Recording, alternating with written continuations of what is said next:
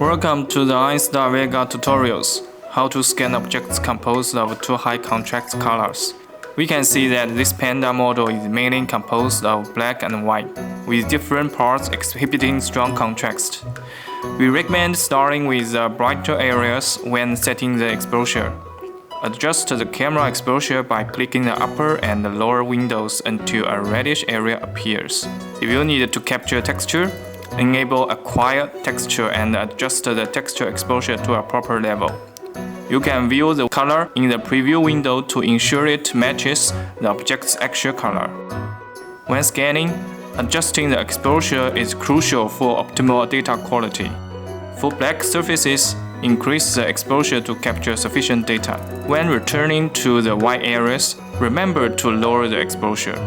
Overexposure can lead to tracking loss and increase the noises in the data.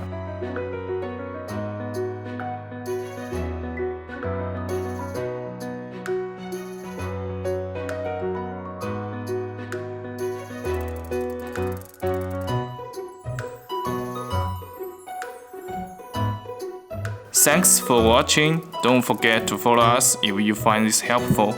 See you in next video.